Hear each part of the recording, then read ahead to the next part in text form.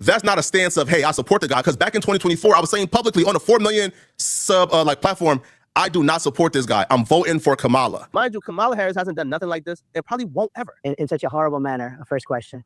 You don't even say, hello, how are you? Are you with ABC? Because I think they're a fake news network, a terrible network. Yo, the aura is immaculate here. Yo, this is an away game. Yo, it's an away game and they're being hostile. And this man got so much aura, but yo, he's winning over the room. He got the audience. Hi. Does anyone remember Judas in the Black Messiah? Hit with the shot and then chase it with You a didn't Red put Bull. nothing in here, man. You sound like you was familiar with that. I ain't gonna give you nothing that's gonna make you do the mannequin challenge. One of the best performances by Lakeith Stanfield, this features a story about Bill O'Neill, who becomes an FBI informant in order to infiltrate the Black Panther Party, leading to the eventual demise of the civil rights activist Fred Hampton. The movie does a great job of portraying O'Neill as not entirely anti-Black, but just self-serving.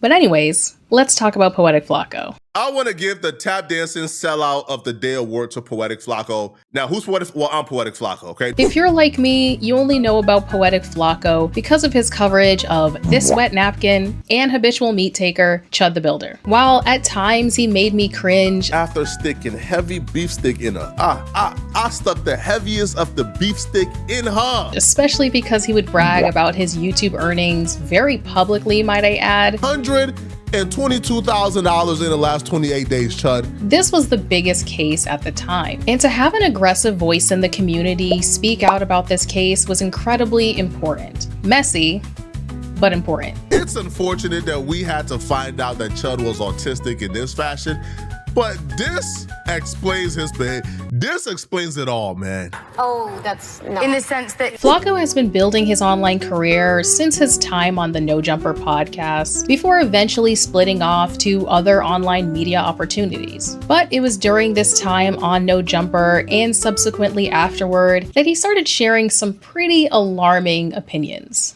At an event that's honoring Trump, bruh, sign me up. Where do I go? Getting rid of every other race, all the months, get rid of them. I'm all for that.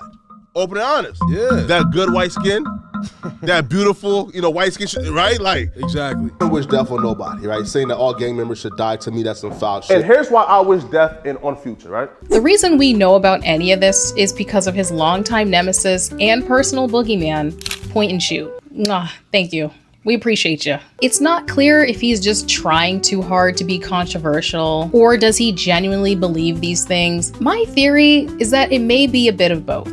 Now, are all Black conservatives racist? be nice. No. I'm finding it. But the loudest, most proudest, and most profitable ones seem to be. And Poetik Flakko is all about making a profit. And he will always, and I want people to know, he doesn't care about anyone but his money, his pockets. Vote for my personal interest. My personal interest will benefits me. And my audience give me a couple $1 million overnight and turn me from 1,000 into a millionaire. And they don't expect me to eat. The Point and Shoot catalog on the musty, misleading Mage Jallah is pretty thorough. And unfortunately for him, they're his own words. Plus, the apology being packaged like this with his YouTube course linked in the description doesn't exactly communicate that he's taking this seriously. Shout out to JuAlmighty for debating him on stream the other night to hopefully get some direct answers. Or at least try to. When you're saying stuff like this comment, because it's basically taken directly off the video, that good white skin, that good white man, white beautiful face, how can anybody believe anything that you say being genuine if this is how you look at white people, who not all white people are bad, but when we're discussing white supremacy, it's white people. So I assumed those were things that people was, I guess, like already aware of, right? So again, like, that's my fault. I own that. I apologize to any and every Black person, bruh. Sorry, I have to say this. If your audience has to go digging for your apology, obviously, it's not good enough. And how many times do you have to say, if you watch the full clip, if you watch the full video? If you watch my content, bro, if you like watch my live stream, I feel like the people who watch me every day, implore people to watch the full thing. But if you watch that interview, Nick Fuentes was not hiding who he was. He did though. Watch that interview though. As if the context that you're giving now justifies anything that you said at the time. Every black person, bruh, who seen those old comments and you feel me, and like felt betrayed, I apologize. I'm sorry for, you feel me, bro, like 1,000%, like again, beyond content, I apologize, right? Maybe that's why I kept thinking about Judas and the Black Messiah, not because I think Flakko is some kind of FBI informant or he has some anti-black agenda, but because the movie asked an interesting question. Should there be forgiveness for someone who acts in their own self-interest, especially if it's under the guise of being for the community? No.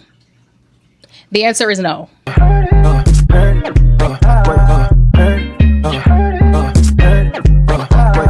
Don't ever fix your mouth to call a brother like me anti-black, because Young King, I know for a fact you don't take the chances that I do every day. Okay, whatever that means. But also, I never called you personally anti-black, but I can see why out of everybody you might be the most offended one on the goddamn show.